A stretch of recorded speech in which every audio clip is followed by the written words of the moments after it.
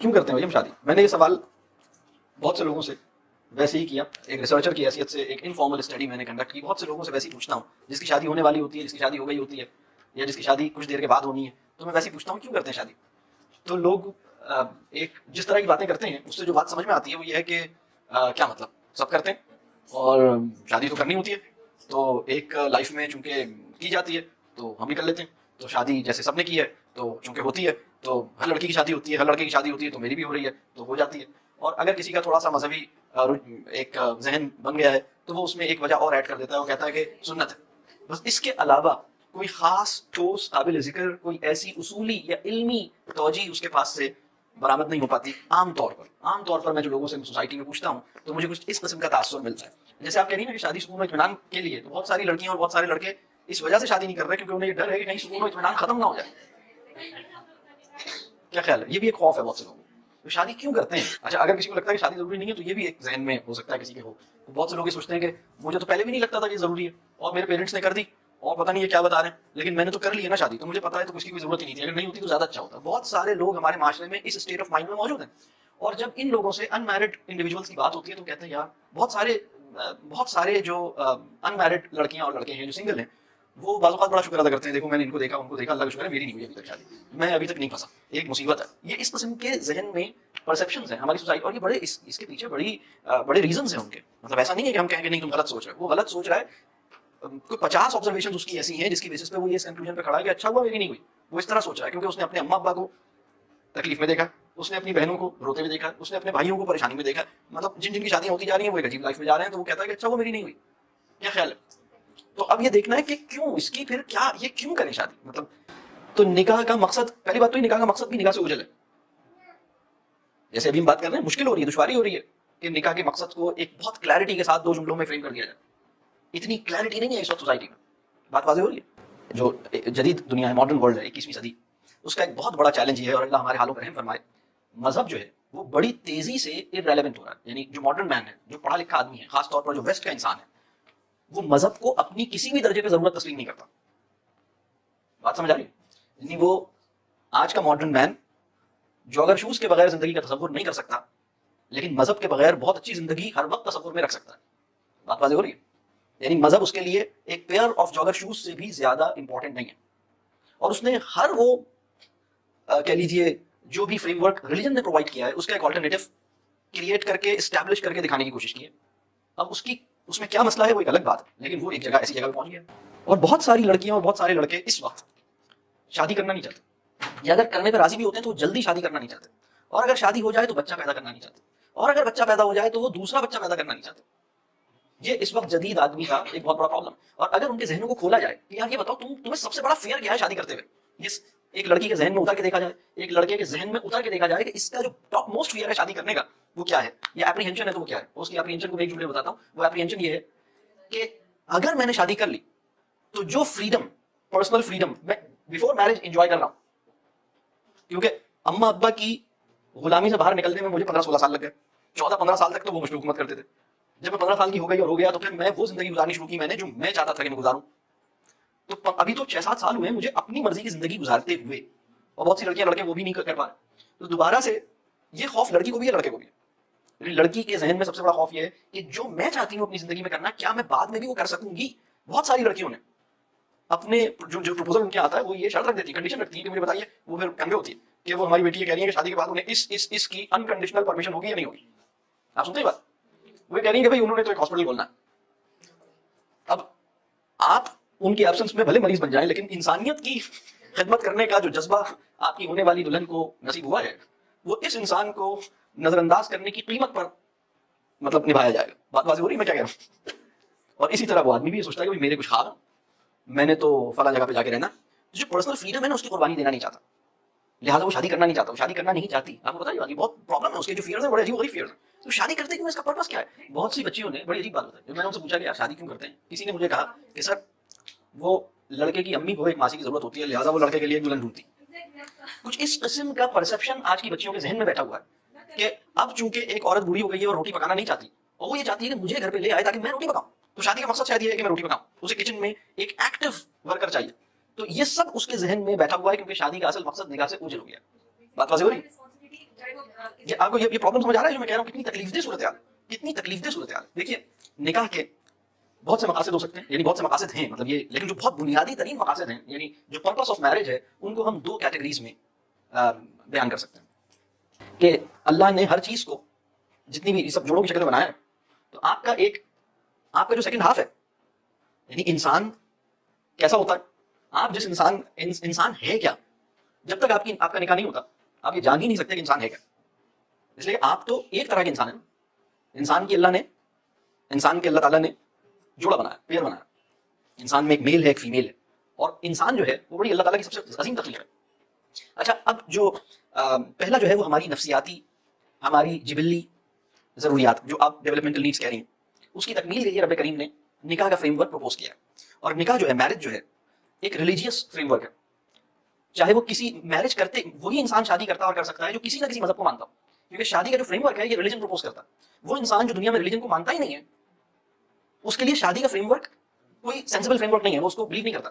یا تو وہ انسان کرسچن ہے، یا جیو ہے، یا ہندو ہے، یا سکھ ہے، یا مسلم ہے، یا کسی بھی ریلیجن کو فالو کرتا ہے، تو ریلیجن جو ہے وہ شادی کا فریم ورک پروپوز کرتا ہے. اور تو پہلے لیول پر جو شادی کا فریم ورک ہے، اگر آپ اس فریم ورک سے باہر ایک کمپینین شپ کا ماڈل کریٹ کرتے ہیں، تو آپ کی نفسیاتی ضروریات اور آپ کی جبلی ضروریات اور آپ کی شخصی ضروریات اور آپ کی وجودی ضروریات اس درجے پہ سیٹسفائی نہیں ہو سکتی، ممکن ہی نہیں. خوشی کا وہ تجربہ اور تعلق کی وہ گہرائی اور معنویت جو شادی کے فریم ورک یا نکاح کے فریم ورک سے پاسبل ہوتی ہے، وہ آؤٹ آف ویڈ لاک کی کمپینین شپ سے اچیو نہیں ہو سکتی. یہ بات میں کیوں کہہ رہا ہوں؟ اب میں ایک اور بات آپ سے عرض کروں. قرآن میں جہاں کہیں بھی مرد اور یعنی میاں اور بیوی کے تعلق کا ذکر آیا ہے، مطلب آپ سب کے علم ہے کہ قرآن میں بہت سی جگہوں پر زوجین کے تعلق اور زوجین کے معاملات ڈسکرائب کیے گئے کہ ایک دوسرے کے تم پہ کیا حقوق فرائض ہیں اور کیا معاملات ہیں اور کیا تمہاری لمٹس ہیں. اس پہ مختلف انداز سے مختلف جگہوں پر بات ہوئی. ایک عجیب کنسسٹنسی آپ آبزرو کریں گے کہ جہاں کہیں شوہر اور بیوی کی بات ہوئی ہے، وہیں اس کو آگے پیچھے یہ بات ہوئی میاں بیوی کے تعلق کی، اور آگے پیچھے ایک اور بات ہوئی، اور وہ یہ بات ہوئی تم ڈرتے رہنا اللہ سے. آپ کہیں گے ہمارا آپس کی بات چیت بتائی جا رہی ہے اور پھر تھوڑی دیر بعد بتایا جا رہا ہے مجھ سے ڈرتے رہنا. یہ ہر جب ہمیں کوئی بات سمجھائی جاتی ہے ایز وائف یا ایز ہسبینڈ، ہمیں اللہ اپنے آپ سے ہر تھوڑی دیر کے بعد ڈرانا کیوں شروع کر دیتا؟ وہ ہم سے یہ کیوں کہتا ہے کہ تم اور اللہ سے ڈرنے کا مطلب کیا؟ اللہ سے ڈرنے کا مطلب یہ ہے کہ اس کی پریزنس کا احساس، اس کی یعنی وہ جو ایک میگنیفیسنٹ لارڈ ہے، جو انتہائی زبردست اور انتہائی کہہ لیجیے ایک بہت ہی زیادہ العزیز کی پریزنس کا جو احساس ہے، وہ میرے ذہن پر، میرے شعور پر شدت سے حاوی رہے. یعنی مجھے پتا رہے کہ سب کچھ جاننے والا اور سب کچھ دیکھنے والا، میری آنکھوں کو دکھائی دے یا نہ دے، رب کو سب کچھ دکھائی دے گا. میں کسی کو بتاؤں یا نہ بتاؤں، میں سب سے چھپا لوں لیکن اس سے نہیں چھپا سکتا. اور وہ بہت زبردست ہے، وہ بہت طاقت والا ہے. ٹھیک ہے، تو بہت زیادہ طاقتور اور بہت زیادہ زبردست رب جو ہے، اس کی پریزنس کا احساس میرے شعور اور میرے ذہن پہ میکسیمائز رہے، شدت سے مینٹین رہے. یہ ہے رب کے سے ڈرنے کا مطلب. تو ابھی بات ہو رہی ہے کہ ہم دونوں آپس میں کیسے رہنا ہے، ہمیں کچھ اپنے آپس کی معاملات بتائے جا رہے ہیں، آگے پیچھے ایک بات آ رہی ہے عمر سے ڈرتے رہنا اور اللہ سے ڈرنا، اور دیکھو اللہ سے ڈرتے رہو، اور دیکھو اللہ سے ڈرتے رہو. یہ ایک بہت ہی لطیف نقطہ ہے اور اس پہ غور کرنا ضروری ہے. یہ کیوں کہا جا رہا ہے؟ دیکھیں میں آپ کو ایک بات بتاؤں. یہ جو پیئر ہے نا، جو ابھی عائشہ نے کہا کہ وہ سیکنڈ ہاف ہے اور وہ آپ کا اللہ نے جوڑوں میں پیدا کیا ہے، اور یہ آپ کا سیکنڈ ہاف کا جو آپ کا جوڑا تھا، اس کے درمیان اگر ایک دوسرے کے نازک احساسات اور لطیف جذبات اور انتہائی کہہ لیجیے ان ایکسپریسیبل فیلنگس یا وانٹس یا نیڈس کو اگر ایک دوسرے نے ایکنالج نہیں کیا، یا اگر ایک دوسرے نے اس کے لیے کیئر نہیں کی، یا یعنی یہ دونوں ایک دوسرے کے لیے اس لیول پہ ریسپیکٹفل نہیں ہوئے، اس لیول پہ کیئرنگ نہیں ہوئے، یعنی یہ جو ڈیلیکیسی اور انٹیمیسی آف ریلیشن شپ ہے، اس کے اندر اس حد درجے کی احتیاط اور حد درجے کا، یعنی یہ احتیاط صرف اس وقت پیدا ہو سکتی ہے جب انسان یہ سوچے کہ میں نے اگر اس کو راضی رکھنے، اس کو خوش رکھنے، اس کو مطمئن کرنے، اس کی سیلف ریسپیکٹ کو مینٹین، اگر یہ میں نے اپنی ذمہ داری نبھائی، اور اگر نہیں نبھائی، اگر میں نے اس سے مطلب اگر میں نے اپنے اسپاؤس سے خیانت کی کسی بھی لیول پر، تو اللہ ہی ہے جو اس کو جان سکتا ہے. تو وہ انسان جو اللہ سے ڈرتا ہے وہی کسی نہ کسی قسم کی خیانت سے گریز کرے گا. یہ بات واضح ہو رہی ہے؟ کیونکہ اگر آپ نے اس تعلق میں ڈنڈی مار لی تو آپ کے علاوہ کوئی جان سکتا ہے. بات سمجھ آ رہی؟ جو ہم شہر میں بہت سارے ڈیلنگز ہوتی ہیں، مثال کے طور پر آپ تجارت کرتے ہیں اور اس میں اگر ایک شاپ کیپر نے ایک بائر کے ساتھ ناانصافی کی ہے تو 10 لوگ اس کو دیکھنے اور بتانے والے ہیں اور وہ کہیں گے آپ نے جناب ان کے ساتھ غلط معاملہ کیا ہے. لیکن شوہر اور بیوی کا تعلق ایسا ہے کہ اس میں اگر کوئی بے احتیاطی ہو رہی ہے تو اس کا علم اللہ کے سوا تو کسی کو نہیں ہو سکتا. یہ بات سمجھ آ رہی ہے؟ لہٰذا یہ بات بار بار کہی گئی کہ اللہ سے ڈرتے رہے، کیونکہ تم ایک دوسرے کے حقوق اور اپنے فرائض پر فوکس صرف اس صورت میں کر سکتے ہو جب تمہیں میری یعنی ادروائز کیا ہوتا ہے؟ ادروائز اگر یہ اللہ کا خوف نہ ہو تو ہوتا کیا ہے؟ چونکہ یہ میرے ساتھ ایسے کر رہے ہیں لہٰذا میں ان کے ساتھ ایسے کروں، یہ والا. لیکن اگر آپ یہ والی کنیکشن زندہ ہے تو پھر آپ ٹٹ فار ٹیٹ نہیں کر رہے ہوتے، آپ بڑھ کر کر رہے ہوتے ہیں، آپ کے معاملات ڈفرینٹ ہو جاتے ہیں. تو پہلی وجہ جو ہے وہ یہ ہے کہ آپ کو آپ کی نفسیاتی اور آپ کی تمام آپ کے وجود کلی کی تمام ضروریات اچھے انداز سے، خوبصورت انداز سے، اطمینان بخش انداز سے پوری ہوتی رہیں، اس کے لیے رب کریم نے یہ فریم ورک دیا. اس کے لیے رب کریم نے آپ کو ایک اسپاؤس کی نعمت اور تحفہ عطا کیا. اور اس کے بھی پیچھے مقصد یہ ہے کہ آپ بندگی کے قابل ہو جائیں، آپ بندگی کی اعلیٰ سطح کو نبھانے کے قابل ہو جائیں. اصل میں اس سے کنیکشن کیا ہے وہ آپ کی بات سے نکلتا ہے. آپ کو پتا ہے تعلق کہتے کس کو ہیں؟ تعلق کے مختلف شیڈز کیا ہوتے ہیں، تعلق کی سینسٹیوٹیز کیا ہوتی ہیں، تعلق کے ملٹی ڈائمینشنل تقاضے کیا ہوتے ہیں، ان کو جتنا کلوزلی آپ نکاح کی برکت سے سمجھ پاتے ہیں کسی اور انداز سے سمجھ نہیں پاتے. کیونکہ کسی بھی انسان کا اپنے اسپاؤس کے ساتھ جس انٹیمیٹ لیول پہ ریلیشن شپ بنتا ہے، آپ اپنی ماں کے ساتھ آپ کا اتنے قریب نہیں آ سکتے آپ جتنا آپ اپنے اسپاؤس سے قریب ہوتے ہیں، آپ اپنے بچے سے اتنے قریب نہیں ہوتے.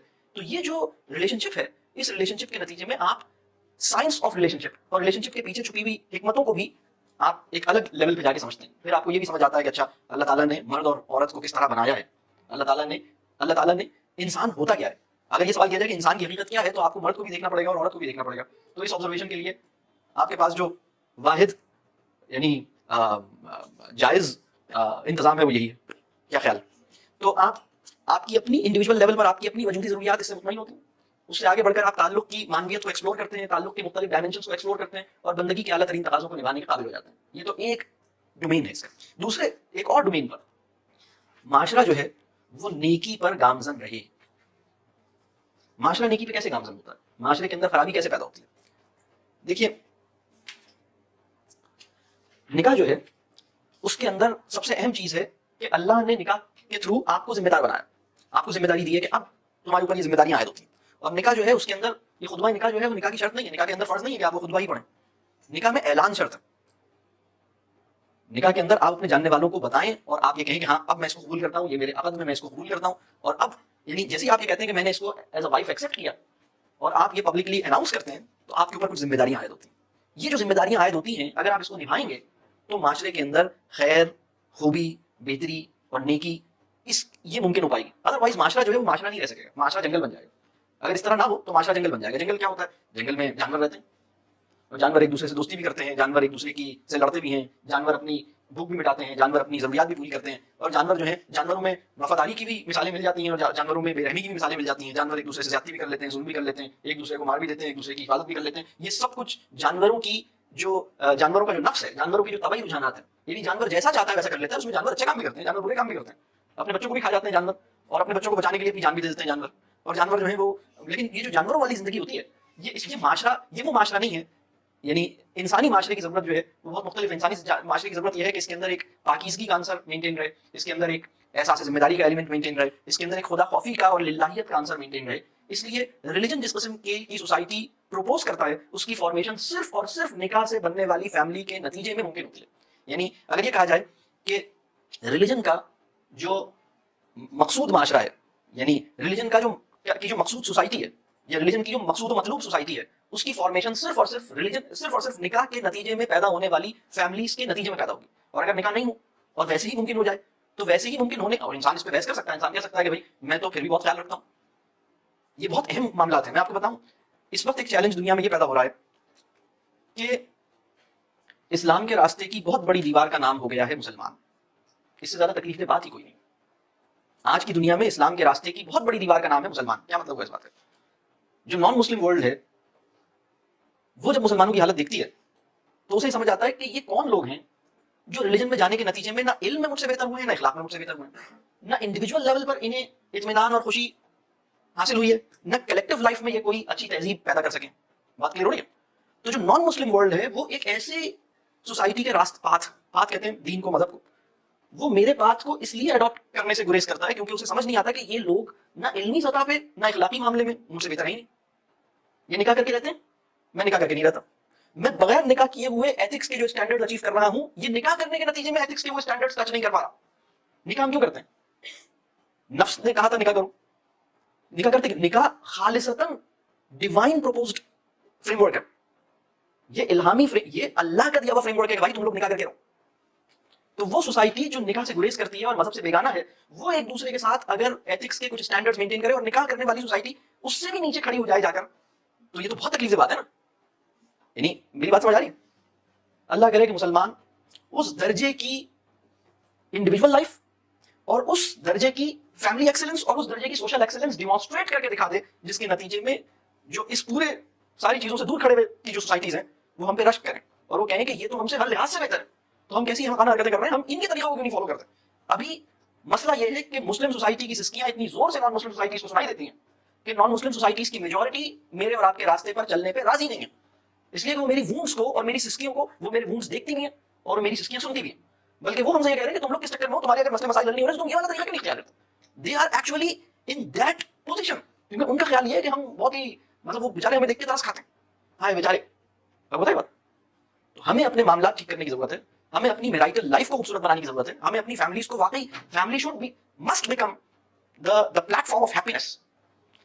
It has to become, یعنی this is our religious obligation کہ ہم نکاح کے نتیجے میں بننے والے خاندان کو حقیقی معنوں میں ہیپینس میں بھی ان سے اوپر دکھا سکیں, یعنی ہم اپنی لائف سے ڈیمانسٹریٹ کر سکیں کہ نکاح کے نتیجے میں پیدا ہونے والی فیملی خوشی کی بھی اس سطح پر کھڑ گئی ہے جس پہ تم سوچ نہیں سکتے, اخلاق کی بھی اس مقام پر پہنچ گئی ہے جس کو تم تصور نہیں کر سکتے ہو, ایکسپیرینس نہیں کر سکتے, سیلف لیسنس کے ان آئیڈیلز کو ٹچ کرتی ہے جس کا تصور نہیں کیا جا سکتا. بات واضح ہو رہی ہے؟ لیکن اس وقت کی مسلم سوسائٹی میں جو فیملی لائف ہے اور میرائٹل لائف ہے یہ اس جگہ پر نہیں پہنچی ہے.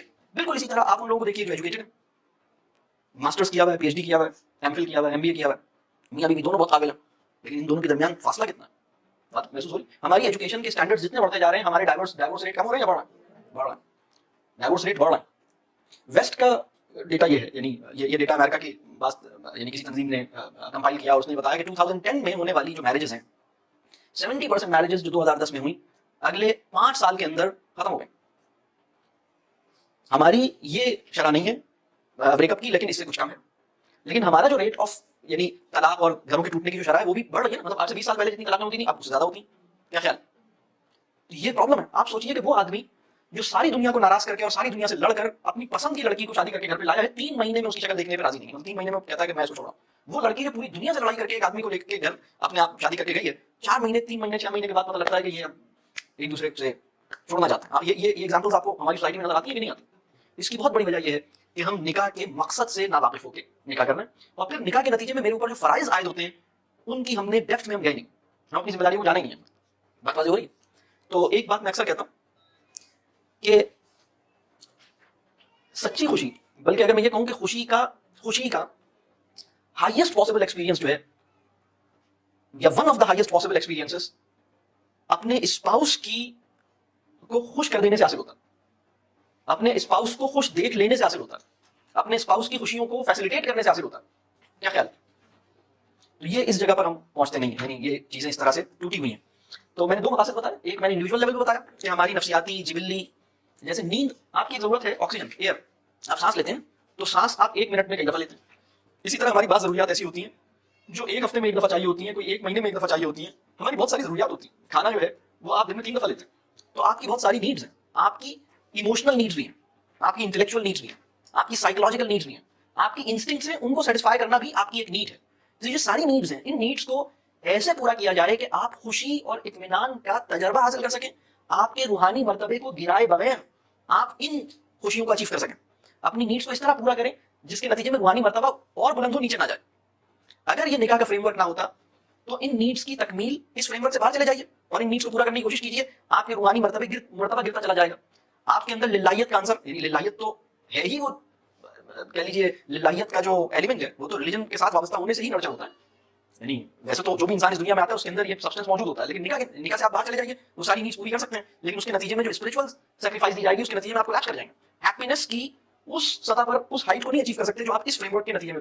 یہ بات سمجھ آ رہی ہے کیوں اس, یعنی تو وہ ایک پرسنل لیول پر آپ کی تمام نیڈز, اور پھر ان نیڈز کے نتیجے میں وہ جو انہوں نے کہا کہ میں اپنی تکمیل کے تجربے سے تعلق کے نتیجے میں آتا ہوں, وہ میرا سیکنڈ ہاف ہے, اللہ نے میرا کے نتیجے میں پیدا کیا, اور میں اپنے سیکنڈ ہاف کو آبزرو کرتا ہوں اور اس کو آبزرو کر کے اللہ کی تخلیق پر اشعش کرتا ہوں کہ اللہ نے کمال چیز بنائی.